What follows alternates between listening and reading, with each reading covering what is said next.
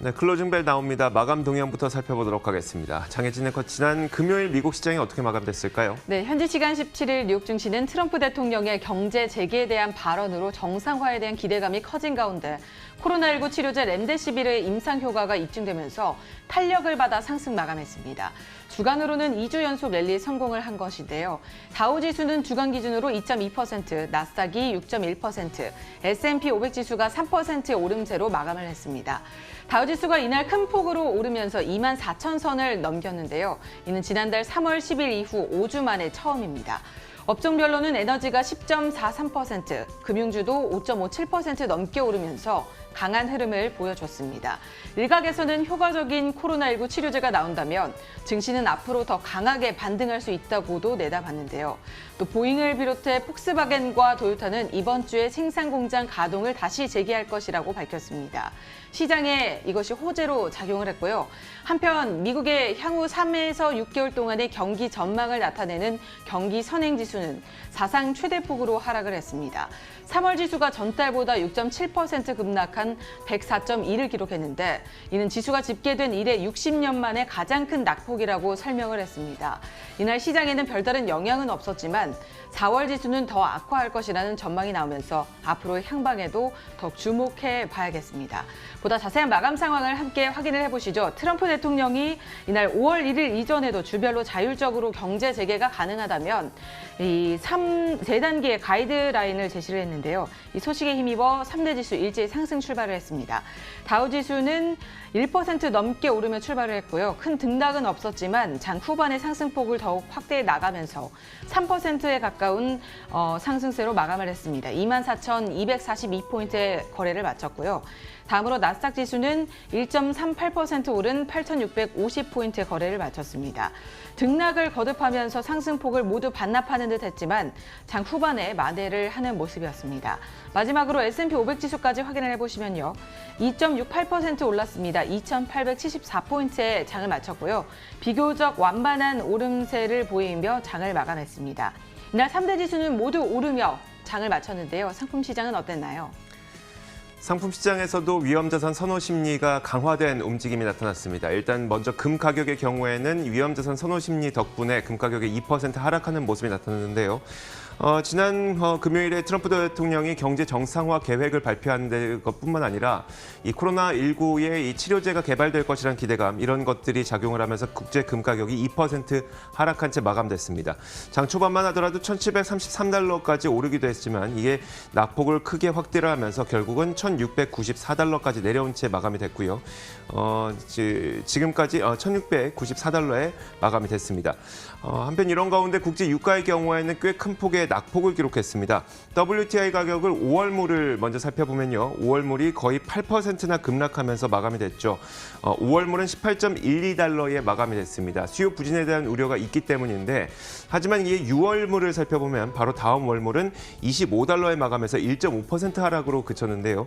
6월 이 수요에 대한 기대감은 여전히 남아있다, 이렇게 볼 수가 있을 것 같습니다. 자, 마지막으로 금리까지 살펴보도록 할 텐데 연준이 채권에 대한 매입 속도를 완화했다는 소식이 들려왔습니다. 그러면서 채권 가격이 소폭 오르는 모습이었고요. 10년물 국채금리는 0.643%에 마감을 했습니다. 자, 이렇게 상품 시장 살펴봤습니다. 글로벌 외신 확인하도록 하겠습니다.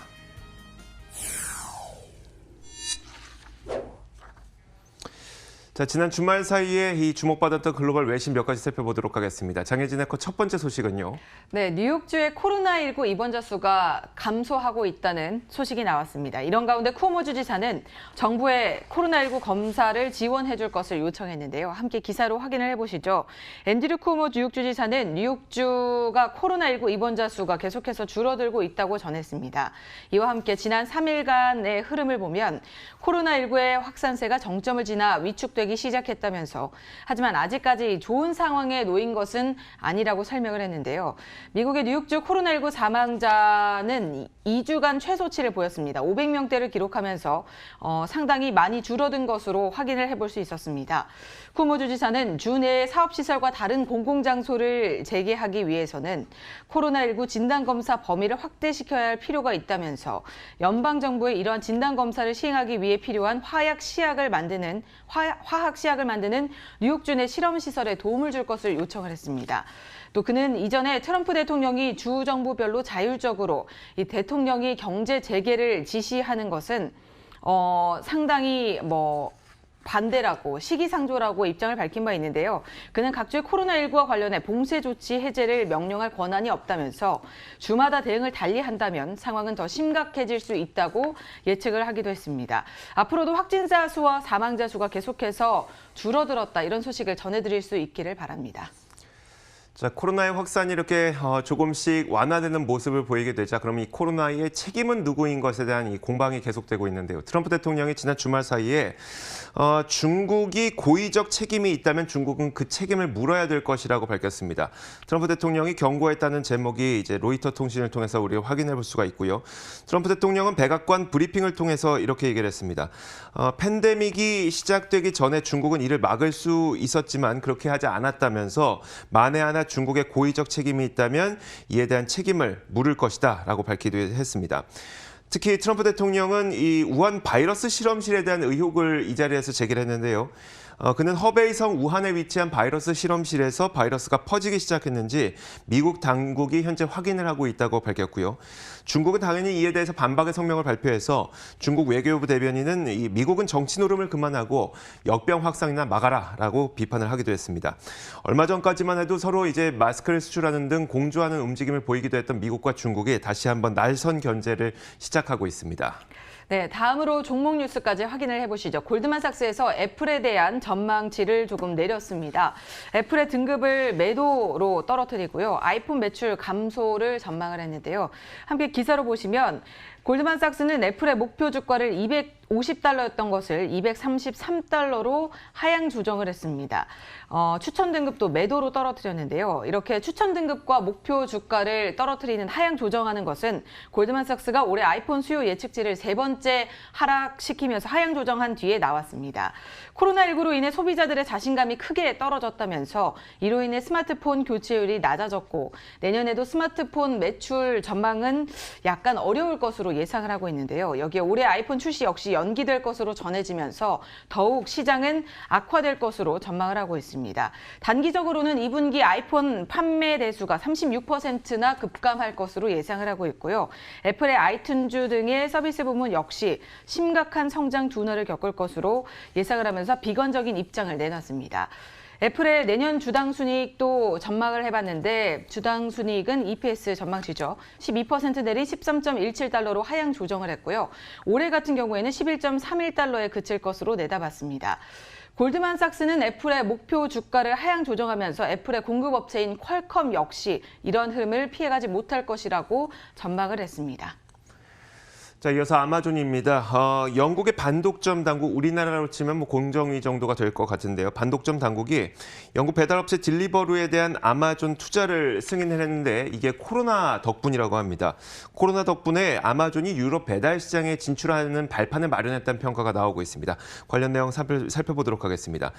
자, 제목에서 보는 것처럼 아마존에 대한 이 딜리버루의 투자가 영국 그 반독점 당국으로부터 승인을 받았다는 소식인데요.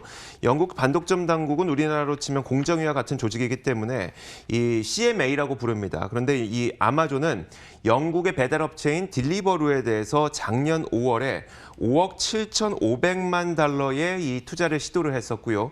하지만 영국 반독점 당국인 CMA는 아마존의 딜리버루 투자가 시장 경쟁에 해가 될 수 있는지 여부를 조사하고 있었습니다. 그러다가 이제 코로나가 갑자기 올해 터져버리게 됐고요. 이 코로나로 인해서 딜리버루는 추가적인 투자 없이는 도산할 위기에 처하게 됐고 이에 따라서 영국 반독점 당국이 아마존의 투자 없이 딜리버루를 도산시키는 것보다는 투자를 받는 게 낫겠다라는 판단을 했던 것으로 보입니다. 투자를 받아서 기업을 살리는 게 더 낫다는 판단으로 조건부 승인을 했다는 소식입니다. 자, 이렇게 저희가 글로벌 외신데스까지 살펴봤습니다. 이어서 맨해튼 나우 이어가도록 하겠습니다.